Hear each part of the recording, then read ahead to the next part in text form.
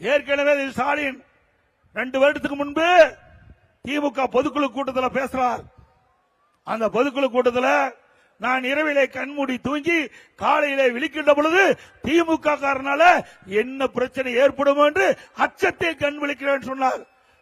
ஆக திமுகவில் குழப்பம் இருந்துகிட்டே இருக்குது.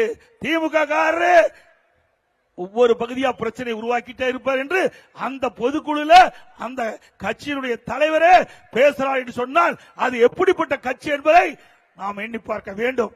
ஆக திராவிட முன்னேற்ற கழகம் எப்பொழுது தமிழகத்திலே ஆட்சிக்கு வந்ததோ அன்றிலிருந்து இன்று வரை சட்ட ஒழுங்கு அடியோடு சீர்கட்டு விட்டது. எங்க பார்த்தாலும் கஞ்சா விற்பனை, கஞ்சா விற்காத இடமே இல்ல.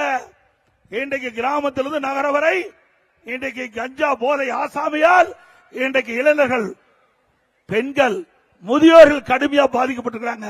கொலை, கொள்ளை, திருட்டு, வழிப்பறிவு நடக்காத நாளே தமிழகத்தில் இல்ல. நடக்குதில்ல சொல்லுங்க, நடக்குதா இல்லையா? இப்படிப்பட்ட ஆட்சி தொடர வேண்டுமா?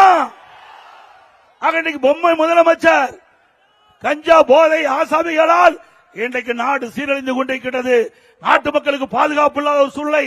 இன்றைக்கு திறமையற்ற முதலமைச்சர் இந்த கஞ்சா நடமாட்டத்தை கட்டுப்படுத்த முடியாத ஒரு நிலையில இருந்து கொண்டிருக்கின்றார். ஏன்னா கஞ்சா விற்கிறதா திமுக கட்சிக்காரர் தான். அதனாலதான் இந்த கஞ்சாவை காவல்துறை கட்டுப்படுத்த முடியல. ஆனா அனைத்து இந்திய அண்ணா திராவிட முன்னேற்ற கழகம் ஆட்சிகளுடன் இந்த போதைப் பொருள் நடமாட்டத்தை முழுமையாக தடுத்து நிறுத்தப்படும். மக்களுக்கு முழு பாதுகாப்பு கொடுக்கப்படும். இன்றைக்கு உலக மகளிர் தின விழா, இன்றைக்கு உலக மகளிர் தின விழா. இந்த நல்லாளில் கூட இன்றைக்கு பத்திரிகையில் வருகின்ற ஊடகத்தில் பார்த்தேன், கொமராவளையம் அந்த வீதியில ஒரு சிறுமி விளையாடி கொண்டிருந்தார். காம கொடூரனால் பாலியல் வன்கொடுமை செய்யப்பட்டு அந்த சிறுமி உயிருக்கு போராடி கொண்டிருப்பதாக செய்திகள் வெளிவந்துள்ளன. எப்படிப்பட்ட ஒரு மோசமான ஆட்சி!